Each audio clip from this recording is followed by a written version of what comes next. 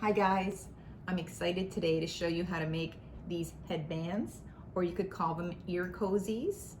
They're made with this loop yarn that you can get at most craft stores or Joann's store. They're very easy. You don't need a crochet hook and you don't need any experience crocheting. They'll take you under a half an hour, and once you get the hang of it, using this stuff can be addicting to making all kinds of things. They also would make a great Christmas gift because you can embellish them however you'd like, or you can keep them simple. If you'd like to see how I did this one, then keep watching.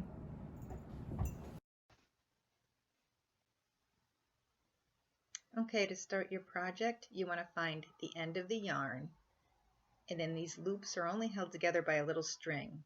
So if you take your scissors and run it through in between where the two pieces meet, it cuts apart very easily. And you want to give yourself a little tail to start with. So your first loop, your first formed loop here, you would take your second loop and you put it through the first loop. And that's how you proceed. You go on to the next loop and put it through the one previous. And it forms a chain.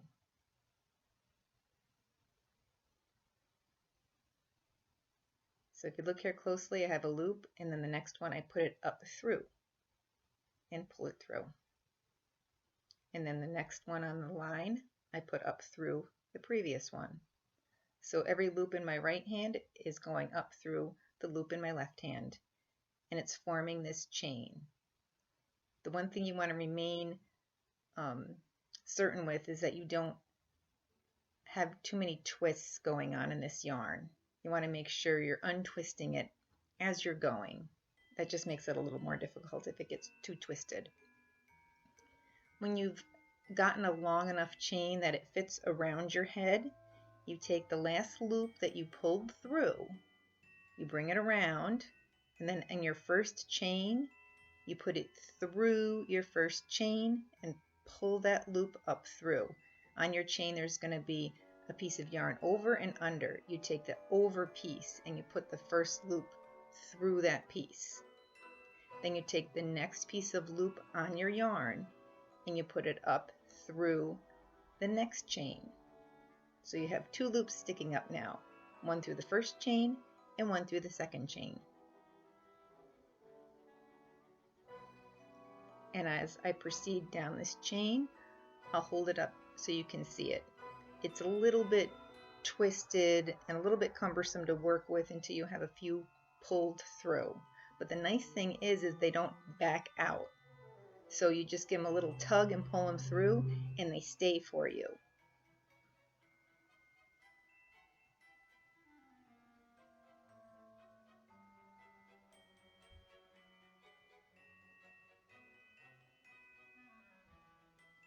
So if you ended up making a chain of, say, 30 links, once you reach the end, you should have 30 loops pulled up through these 30 chains. One loop through each one.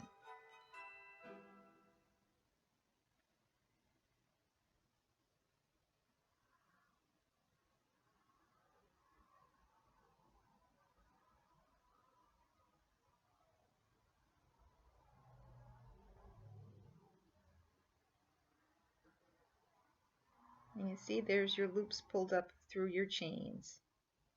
So you find your next loop and your next chain, and you pull it through, and there it is up through, and it sticks pretty nicely. And then I go back and I just keep smoothing them out and make sure they're all secure. There's your next loop through your next chain. The tricky part is making sure you don't skip the next loop, because it's easy to pass a loop because they get a little twisty. But you just make sure you keep untwisting your yarn that you're working off of.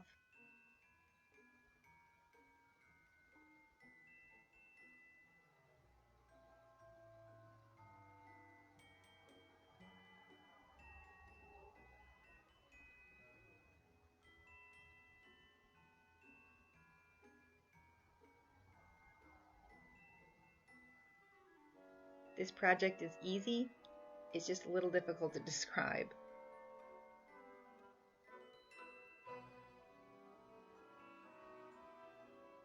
But as you get your second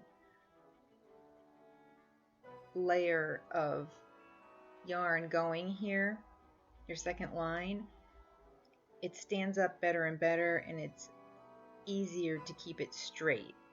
It's easier to keep it from twisting, and it lays a little flatter for you.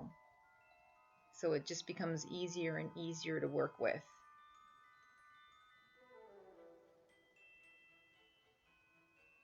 So your chain is your first row. So these loops I'm pulling through are my second row.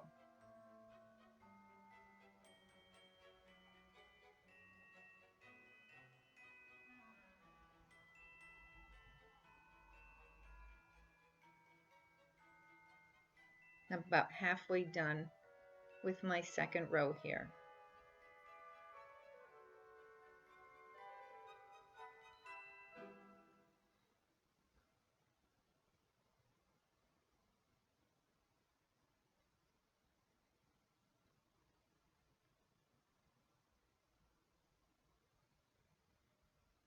Now I'm at the end of my second row, and I know because I've come around and I'm at where the tail was where I first started. So now I proceed just as I did with the previous row. My next loop goes through the first loop I made at the first chain. So then I have a chain and a loop on top of that. You're just pulling loop after loop through as you go.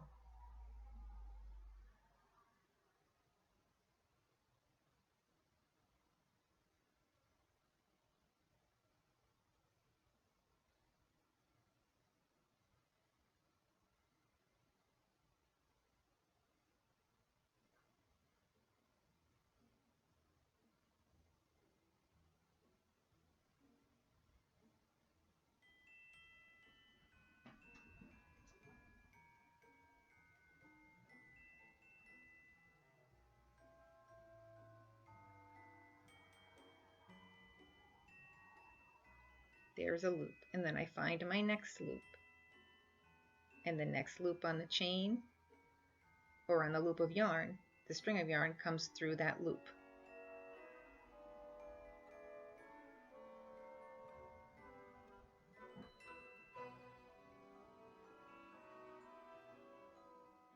Okay, pulling it up through. I go to I'll pull the rest through. Make sure they're secure. See, I find the next loop on the yarn and pull it through the next loop on the row.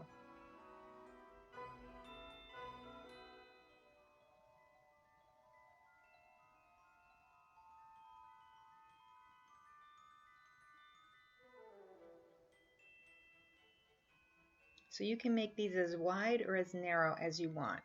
What I did for this one is I did a chain row, and then I did a row of loops through that chain, and then I did another row of loops through that chain before I finished off this headband.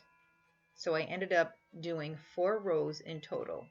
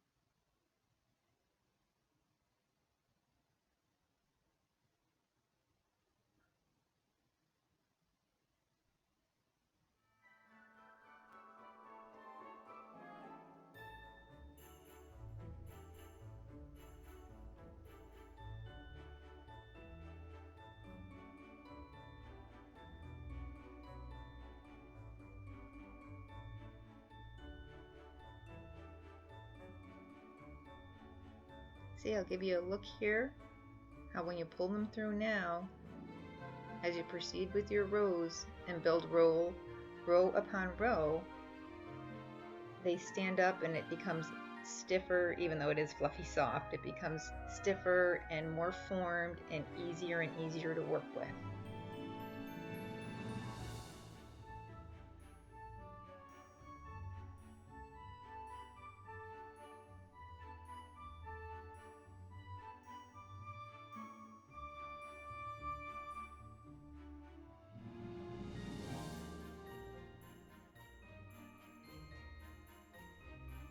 My fourth row finishes my project, and what it is the same row as I did on the first row. I pulled the next loop through the loop I had in my left hand. So when I finished the third row, that loop I had in my left hand, I held there and I picked up the next loop that was on my headband and I put that loop through it to make a little chain. So I didn't take any more yarn off the yarn coming off the ball of yarn. All of them are made by a chain right off the loops that are already on the headband. So you're not adding yarn, you're just chaining the ones that you have at the top as a finishing row.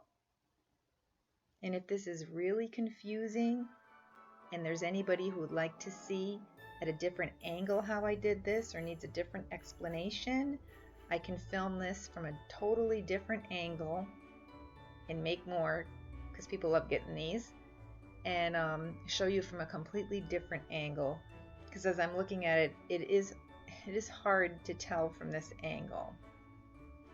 But I'm not using any more yarn. I'm just putting one loop through another.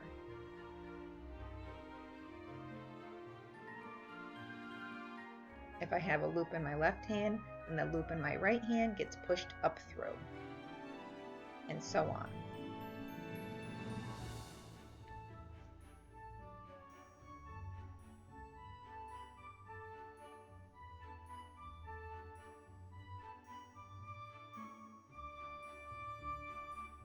When I got to my last loop, I just cut the yarn from the ball of yarn, again opened up those loops with my scissors, and I tucked those tails in on the back side of what is going to be my ear warmer.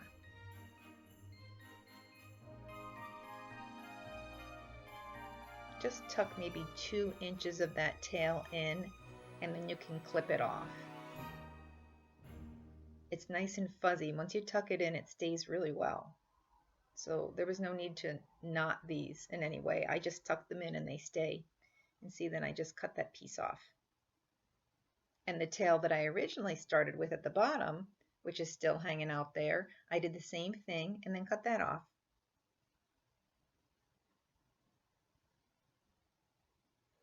I just found inconspicuous spots in the back just to tuck it through.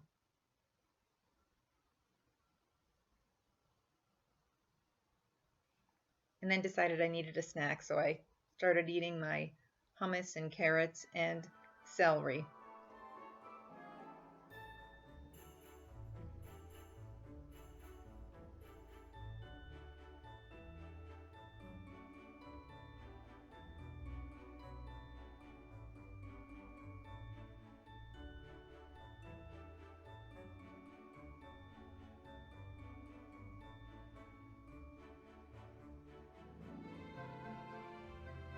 And there it is. Just see if you had any loose pieces, you can tighten them up from the back.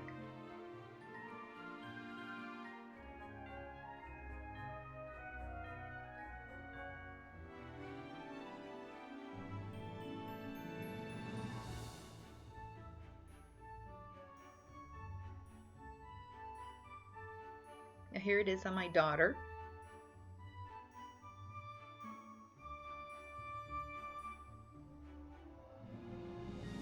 So you see, you can keep these more narrow, you can make them wider, you can adjust these any way you'd like. I did add a couple of buttons to this. They didn't show up well in my first picture there, but they're very easy, they're very soft, and very adjustable. If you like this video, please like and subscribe.